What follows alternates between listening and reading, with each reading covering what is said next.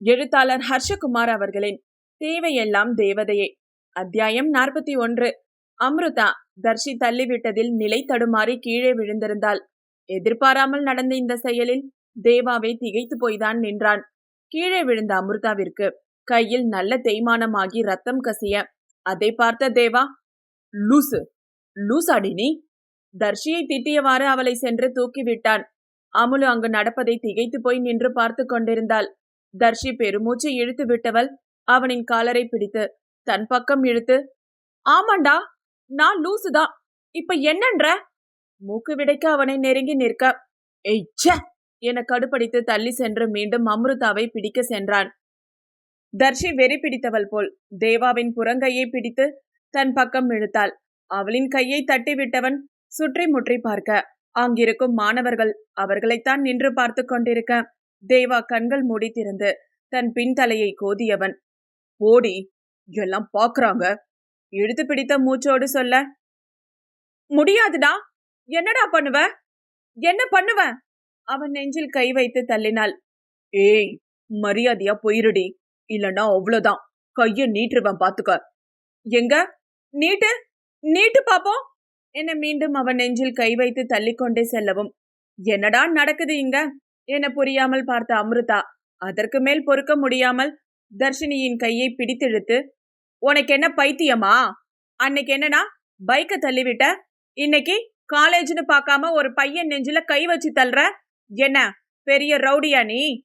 அம்ருதா கேட்டு முடிப்பதற்குள் அவள் கன்னத்தில் ஓங்கி ஒரு அறை விட்டிருந்தான் தர்ஷி.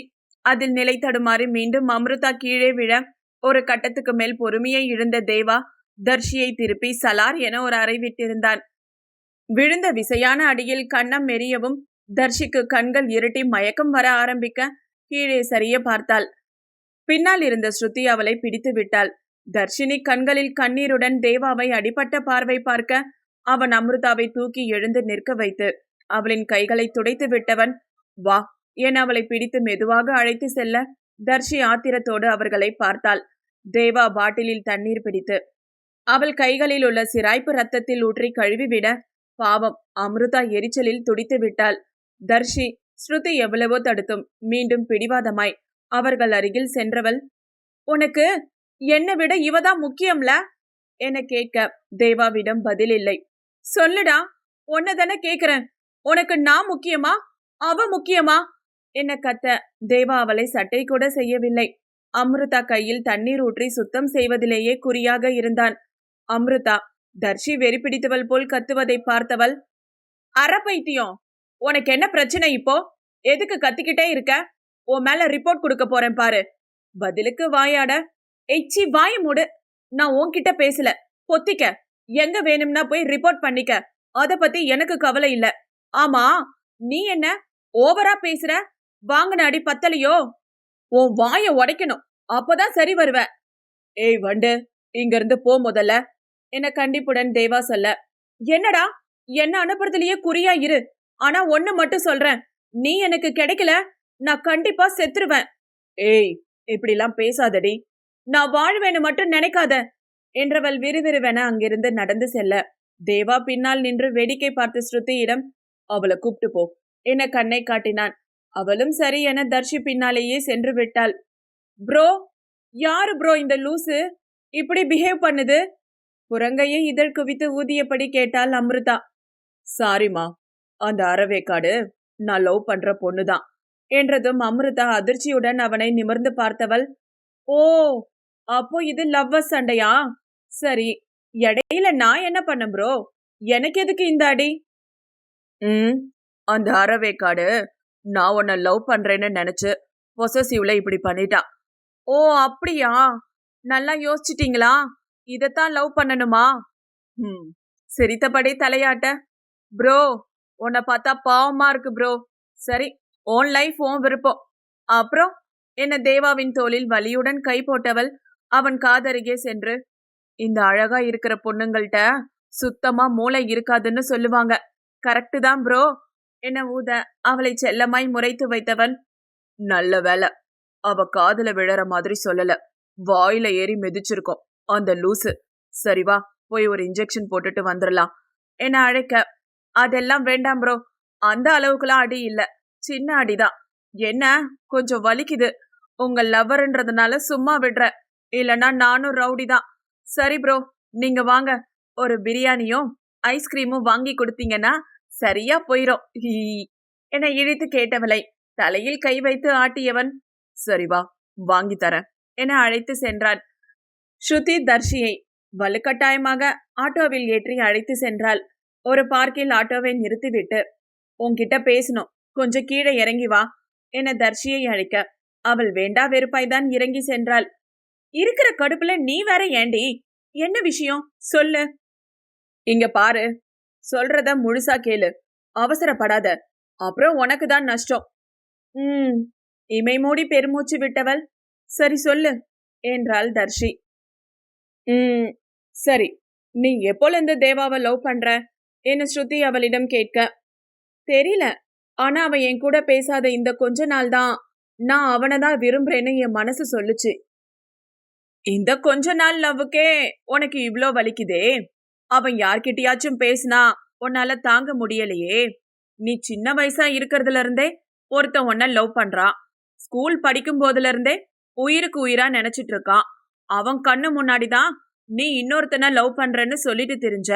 அவனுக்கு எப்படி வலிச்சிருக்கோம், எவ்வளோ வேதனையில வாழ்ந்திருப்பான் என கேட்க தர்ஷிக்கு ஒன்றும் விளங்கவில்லை. அவளை புரியா பார்வை பார்த்தாள். அவளின் பார்வையை புரிந்து கொண்டவள் நக்கலாக புன்னகைத்தபடி, புரியலையா என கேட்க, இல்லை என்பது போல் தலையசைத்தாள் தர்ஷி. உன் பிரச்சனையே இதுதான்.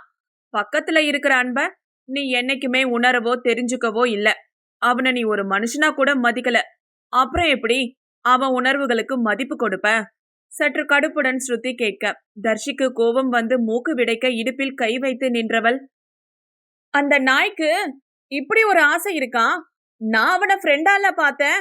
அவள் திட்ட ஸ்ருதிக்கு முகம் மாறியது. என்ன இந்த பைத்தியம் இப்படி பேசுது? இப்போதானே அவனை லவ் பண்றேன்னு இல்லாத அட்டூழியம் பண்ணிட்டு வந்துச்சு. புரியாமல் விழித்து கொண்டேன்னு இருக்க. அந்த பரதேசிக்கு நான் தேவாவை லவ் பண்றேன்னு தெரியும்ல, இதுல உன்ன வேற லவ் பண்றேன்னு சொல்லிட்டு சுத்துச்சு. இப்போ என்ன லவ் பண்றேன்னு சொல்லிருக்கு. எவ்வளவு தைரியம் அவனுக்கு?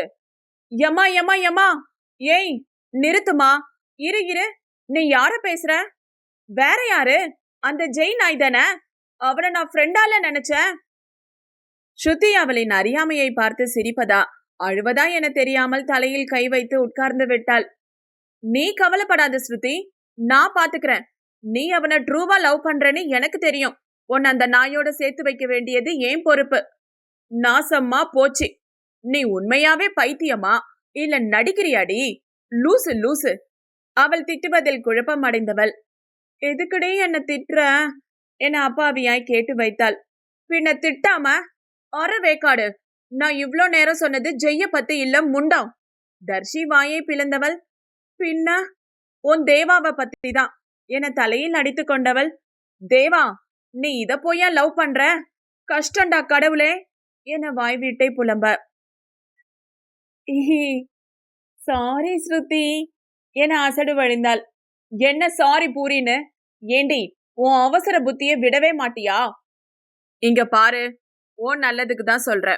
லைஃப்ல நிதானம் ரொம்ப முக்கியம்மா, அது இல்லனா கஷ்டம் என்று சொல்ல தர்ஷினி பாவமாய் நின்றிருந்தாள். எனக்காக ஒரு உதவி செய்வியா ஸ்ருதி? என்ன சொல்லு? இந்த விஷயத்த ஜெய்கிட்ட மட்டும் சொல்லிராதடி, என்ன ஓட்டியே கொன்றுவா. சரி சரி சொல்லல. தேங்க்ஸ் ஸ்ருதி. அப்புறம் நீ தேவாவை பத்தியா சொன்ன? ஆனா அவ அமிர்தாவல்ல லவ் பண்றான்னு நினைச்சேன். நீ தான் நல்லா நினைப்பியே தண்டம். அவ தேவாவை பிரதர்னு கூப்பிட்டு பேசிட்டு இருக்கா. உன் அவசர புத்தியால என்ன ஏதுன்னு தெரியாம அவளையும் பிடிச்சு கீழே தள்ளி அவனை பிடிச்சு திட்டி உன்னோட ரொம்ப கஷ்டண்டி. சலித்து கொள்ள அனைத்திற்கும் தன் அவசர புத்தியே காரணம் என தன்னையே நினைத்து வெக்கி போனவள், எப்படி இனி அவன் மூஞ்சில முழிப்ப என விழிப்பிதுங்கி அமர்ந்திருந்தாள் தர்ஷி. தர்ஷி, இத நான் சொல்லியிருக்க கூடாதுதான். ஆனா நீங்க அடிச்சுக்கிறத பார்த்தா எனக்கு வேற வழி தெரியல. உன்னால தேவா ரொம்ப கஷ்டப்பட்டுட்டாண்டி. இனிமேலாச்சும் அவனை நல்லா பாத்துக்க. என்ன புரிஞ்சுதா? அவன் என்ன லவ் பண்ணிருக்கான்னு சொல்ற? எனக்கு எப்படி தெரியாம போச்சு?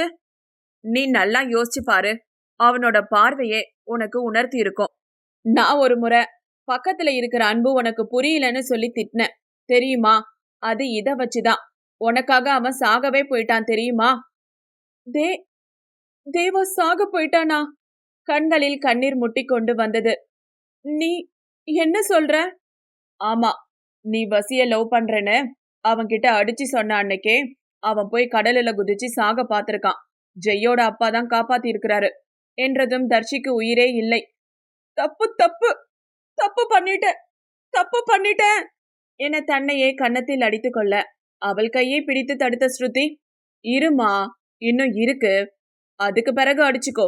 நீ ஒரு வேலை பண்ணு, தேவா வீட்டுக்கு போ. அவன் ரூம்ல ஒரு கபோர்ட்ல டைரி இருக்கும். அது உனக்கானதுதான். அவனுக்கு தெரியாம அத படி. பிறகு உனக்கே எல்லாம் புரியும் என்றதும் தர்ஷி பித்து பிடித்தது போல் அமர்ந்திருந்தாள். நினைவலைகள் யாவும் அந்த டைரியை சுற்றியும் அவன் ஒவ்வொரு முறை தன்னை காதல் பார்வை பார்த்திருக்கிறான் என்றும் புரிய வர அவன் வீட்டுக்கு போறதுக்குள்ள அந்த டைரிய படிச்சே ஆகணும் என ஸ்ருதியை பிடித்து இழுத்து கொண்டு சென்று விட்டாள். நைட்டு மட்டும் வெயிட் பண்ணா நாளைக்கே அவனே கொடுத்து படிக்க சொல்லிருப்பான். பயபுள்ளைக்கு இதுலயும் அவசரம், அவசர குடுக்க. அடுத்த அத்தியாயம் நாளை. கதை பிடிச்சிருந்தா லைக் பண்ணுங்க, கமெண்ட் பண்ணுங்க, ஷேர் பண்ணுங்க. இது போன்ற கதைகளுக்கு சேனலை சப்ஸ்கிரைப் பண்ணுங்க.